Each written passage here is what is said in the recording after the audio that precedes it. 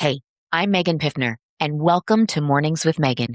Grab your coffee and let's have a convo. Hello, my sweet Perry friend. I have a treat for you this week and next. I'm bringing back two of our most popular episodes ever. I'm taking a little downtime as we head into the end of summer. So before things kick back into gear this fall, I want to revisit an episode this week that so many of you told me really resonated. This one's called I Tried 5 Diets So You Don't Have to, and it still holds up. Paleo, keto, candida, vegetarian, bulking. I did it all, made every mistake in the book, and I'm sharing exactly what I learned so you don't have to go through it yourself. So settle in, and I'll see you here back in a couple of weeks with brand new content. Enjoy the rebroadcast. So last week we talked about the perfect perimenopause diet, but there is no such thing. No two women will experience the same perimenopause transition. It would be absolutely impossible for everyone to eat the same diet and feel healthy. In the interest of learning and sharing, today I'm going to share with you 5 diets that I've tried, my mistakes and downfalls, so you can skip right to the good stuff, what works for your body. Right now, you probably have a pretty idea of your diet and how it's working for you. Do you feel good? Great. Press stop right now and listen to something else that's going to make you happy. If you don't feel amazing, what's off? Are you having energy crashes all day? Do you get bloated or gassy, have inconsistent poop? I would be proper here and say bowel movement, but we're all friends here. We can say poop. What do your labs look like? Do you have a panic attack every time that you go in and see your lab work from your doctor? Are you fatigued, sluggish, tired? What's your stress and sleep like? Are you thinking, is she asking me about all of these things that aren't related to food? Because everything I just talked about is affected by what you eat. Your hormones, your metabolic health, sleep, stress, immune system, gut health, all affected by what you eat. You could keep guessing about what's going on, or you could start collecting data. So if you're thinking about your body and paying attention, we can collect data by taking notes, paying attention, getting lab work. All of these things give you a better picture of what's actually going on inside your body. So what diets did I actually try?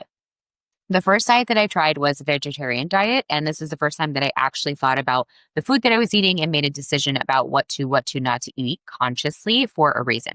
This was before I went to school. I had no idea how to eat properly, so I basically just stopped eating meat. That was it. No prep, no research, just no meat. So at the time, that was a ton of processed foods. So pasta, pizza, snacks. I used to be a really big steak person. That's what my routine was. So with my ex-husband, we just went to a lot of steak restaurants. That's just what we did. So we continued to do that. And then I just ordered all the sides. Yeah, I know this is a terrible idea. So I was exhausted. I was cranky. I was hungry all the time. And I didn't eat beans, lentils, tofu, no other sources of protein. I don't think I was a really big egg eater then. Um, and I really didn't understand the idea of combining plant proteins. Suffice to say, terrible idea. It lasted about a month. To be fair, now I would do a completely different situation. I would work on my protein sources. I would be mindful about the variety of vegetables I got, more greens, less green bean and potato. That was basically what I was like, green beans, potatoes. That's what I ate for like a month. It was really not a great situation. The next thing that I was very conscious about trying was the paleo diet. And this was the first time that I felt a big change in the way that my body felt and related it to food. Like consciously was like, oh, eating this way changes how I feel in my body. Isn't that interesting? Um, and so it was at the height of the paleo craze. Everyone was doing Whole30. This was like the thing. Everyone was talking about it at work. So I had to try it. I did it. I felt better, but I was super dogmatic about it. I thought that it was the answer for everything and everyone, and I wanted everyone to be paleo. So what does that mean? Basically, the thought process behind paleo is ancestral food. So theoretically, nothing before industrialized agriculture was invented. So meat, vegetables, some fruit. You're basically eliminating grains, legumes, sugar, dairy, wet potatoes. That eliminates a lot of stuff. So you feel better, but I don't necessarily attribute that to paleo being the end all be all. I would attribute it more to getting rid of a lot of the processed foods that I've been eating before. You can't have cakes, you can't have pizza, pasta, none of that stuff is on the table anymore. So I still needed to eat more often because I was hungry. And even eating this way, looking back, I know that my blood sugar wasn't super stable. Dates are still sugar at the end of the day. So not eating white sugar doesn't really do much if you're adding maple syrup and honey and dates to your basically every single day. I wish I had known then what my labs would have shown about me, about my blood sugar. There was no real starchy carbs, no legumes, and that meant not a ton of extra fiber happening in the diet. So you could throw in some avocados and raspberries on the paleo diet, but when you're out of season, like what are you filling up on? So I'll tell you, my friend, you fill up on fat. And that brings us to the keto diet. So the keto high fat diet kind of came around after the paleo diet, and this was the keto craze. Obviously, I did it because why not? So I was all about this. Butter in my coffee, coconut in my smoothies, yogurt, bacon, coconut oil, chocolate. I loved this diet so freaking hard. I really leaned in and I enjoyed every minute of it. It was filling. I felt great for a few months and then I didn't feel so great. Um, I wasn't really doing a true medical keto diet. So we're not talking about an 80% fat diet, like if you're treating seizures or something like that. But this was a lot of fat in my diet and my stomach started hurting. I ate this way for far longer than I should have because I was convinced it was the right thing to do. And my body was just stupid for not feeling as magical as it should feel on keto. It sounds really crazy, right? So I can't tell you how many times that I have done the I should despite not feeling good or for things not working in my body. Something I'm personally working on, but also, we teach young women and men to ignore their bodies starting at a really young age. Think about the messaging you got growing up. Eat polite, clean your plate. Well, what if you're not full? You have to eat this vegetable. Well, what if it makes my tummy hurt? Sit still for 6 hours at this desk. What if my body needs to move? So I digress. Getting back on topic here. This is your permission right here and right now. If you are eating in a way that doesn't feel good in your body, stop. Don't should anymore. I didn't know it at the time, but I was on birth control for almost 20 years. And women who are on hormonal birth control have a 30% increase in developing gallbladder disease than women who do not take birth control. So I didn't develop full gallbladder disease, but my body was not digesting fat well at all. I got terrible stabbing pains in my stomach. I obviously ignored this and kept going. And that led me to developing candida. So enter our next diet, which is the candida low carb diet. And I guess some of you are probably like, what do you mean candida and high fat? So candida is an overgrowth that comes from fermenting carbs in your gut. But upstream, why are the carbs fermenting and not processing? So any kind of digestion problems can lead to this situation. And for me, it was fat. It took a really long time to figure this out. I was on a candida low carb diet for a long time and it sucked. Basically no carbs, processed or otherwise, no starchy vegetables, no grains, no legumes, no fruit, no sugar, no fermented foods, and no alcohol. It's as terrible as it sounds. I was literally counting out like 50 grams of carbs a day. That is not a lot of carbohydrate. I mean, that's like you get carbs from eating vegetables that are not starchy vegetables. Like that's what you get from eating green beans and broccoli all day long. So I did that and a bunch of combinations of antimicrobials, which is a common way to address a candida overgrowth, but it kept coming back and my hormones were really going sideways and I just felt terrible, like tanked. It was really hard to work out. I was tired all the time. Things hurt. It was not fun.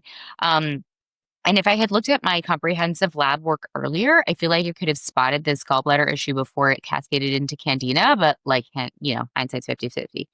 So what happened next? The next conscious diet that I really considered was a bulking diet. And so this is a term that people use when they're talking about increasing food to meet muscle building and strength gains at the gym.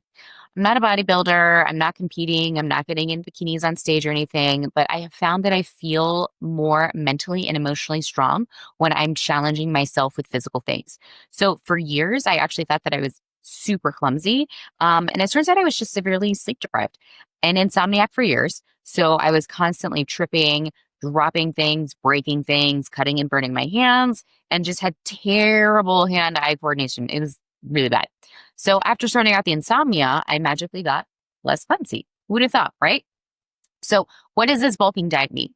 It basically means that I decided that I wanted to do an experiment at the gym and see how hard I could push and how quickly I could increase the amount of weight that I could lift. So it was planned out. All the timing, the structure, all the exercises were the same. There was a calculated increase in weight over time over the next few months. But in addition to the precision in the lifting schedule and then a very mandatory rest, the big piece was getting enough calories to fuel all of this. And I'm not a big fan of calorie counting. It's annoying. And I personally can get a little obsessive about it. So I like to use it in short bursts as a tool. So some people love calorie counting and they found it incredibly helpful. Again, everybody is different. So what works for one person doesn't necessarily work for another person. So for me, this is a tool like that I use in short term. And so that is how I use it here. So how does this bulking work? Basically what happens is that on an average day, manage my calories for weeks, see how much I'm taking, and I average about 1,800 calories plus or minus about 200 calories. So in a week, I might get anywhere from 1,600 to 2,000 calories, depending on the day. So that averages about to 1,800. So for my bulking experiment, I had to get up to 2,600 calories a day. And that is equivalent to a very large additional meal a day. This is hard to do. I already eat 4 meals a day, so I had to bulk out my meals. And a lot of times after dinner, just suck it up and eat more. This was a chore. I use protein powder, but not a lot of other processed foods. And it was extremely challenging to do this without processed foods for me. You have to remember that I am a 5'3.5" tall human being. So that, little.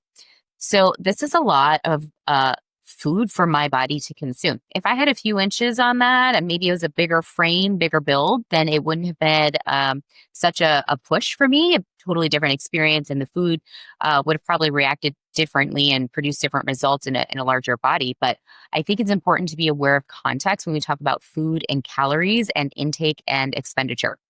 So why do I do all this after I talked about when things didn't work for you, right? So it wasn't that I was in pain. I didn't have any GI side effects, and it was actually really working well for my lifting experience. So I was getting the results that I wanted. So it was more so that it was annoying, and the only negative impact is that I kind of felt full all the time. But it also had an end date. This was not like a forever thing. This was purposely meant to be a short period of time, an experiment. And that's exactly what it was. So the takeaway here is that there is no best perfect diet for everyone. Everybody is different and every person has different goals, health concerns, and preferences. So the things that I learned are that cutting out an entire food group is a great way to cut calories, but you have to do it mindfully because where the calories come from matters. It is really hard to overconsume calories when you're only eating foods from whole food form. Don't get me wrong. It can absolutely be done, but it really is a lot of work. Extremes can be useful tools, but they aren't great for long-term health. And my final takeaway is your grandma was probably right. Now, if we're talking about my specific grandma, not right. She was perfectly willing to exchange McDonald's for silence so she could watch the PGA Tour. But grandmas in general, pretty smart women. They've got knowledge, wisdom, perspective. They know what their mother and grandmother taught them. And most likely, there's a little bit of family kookiness in there, but probably a lot of common sense pearls in there. So where did I land? After making the rounds of the diet fads, I landed back straight in the middle. What does that mean? I eat more now than I have in the past. I think about how my body really feels and how I'm fueling her because she's hungry. I eat all the land meats. I try to include white fish and scallops, but I'm not a huge fan of seafood. I eat most of the vegetables. I really love potatoes and they love me. I like fruit and have it 1 to 2 times a day when it's in season. I love beans, love legumes, and I use them every day. I don't do well with grains, so I mostly avoid them. I keep my sugar intake low. I have a lot of thoughts about this, but for me, it triggers candida. And after you have experienced chronic yeast infections, no one is excited to revisit that moment of their life. So I don't. I really love chocolate. I eat it every day. And this is what works for my body. I know that it works because I feel good and I can see it in my labs. My inflammation markers are super low. My blood sugar is very stable. My hormones are balanced. So data plus how you feel really equals the sweet spot. This is where we want to go. So where does that leave you? Perimenopause is a transition. Hormones fluctuate. Your body experiences real changes and it's dynamic. But what you can control is how you listen to your body and getting the data that you need to understand what your body is trying to tell you. So your body isn't being difficult just for fun. It's sending you smoke signals. Maybe it's anxiety, brain fog, fatigue, digestive issues. Maybe you've got some energy crashes. These aren't character flaws, they're messages. And you have really two choices here. You can keep guessing and keep trying different diets and keep hoping that something clicks. Or you can really work on getting a roadmap from personalized lab work. This is exactly what functional practitioners are trained for, finding the root cause. Why is there anxiety? What's causing this brain fog? Where is the fatigue coming from? And most importantly, how can we support your unique body? This is where personal labs come as your secret weapon. We're not talking about a basic panel where your doctor just runs it once a year and says, everything looks normal. We're talking about comprehensive look at those labs, sometimes ordering additional labs to show what that's actually happening in your body with your hormones, with your blood sugar regulation, with your inflammation, and your nutrient status. So if you already have lab work sitting in a drawer, buried somewhere in your patient portal, let's review that together. I can help you understand what those numbers actually mean for your perimenopause experience and create a plan that works for your body, not against it. Because you deserve to feel good in your body, and you shouldn't have to try 5 different diets to get there. Can you do me a favor? If this episode gave you something to think about, share it with one woman in your life who needs a different story about perimenopause. Our bodies didn't come with a user manual, and this perimenopause thing can feel confusing and lonely. But you are not alone. You are not crazy, and you are definitely not broken. And maybe someone in your life needs that reminder today.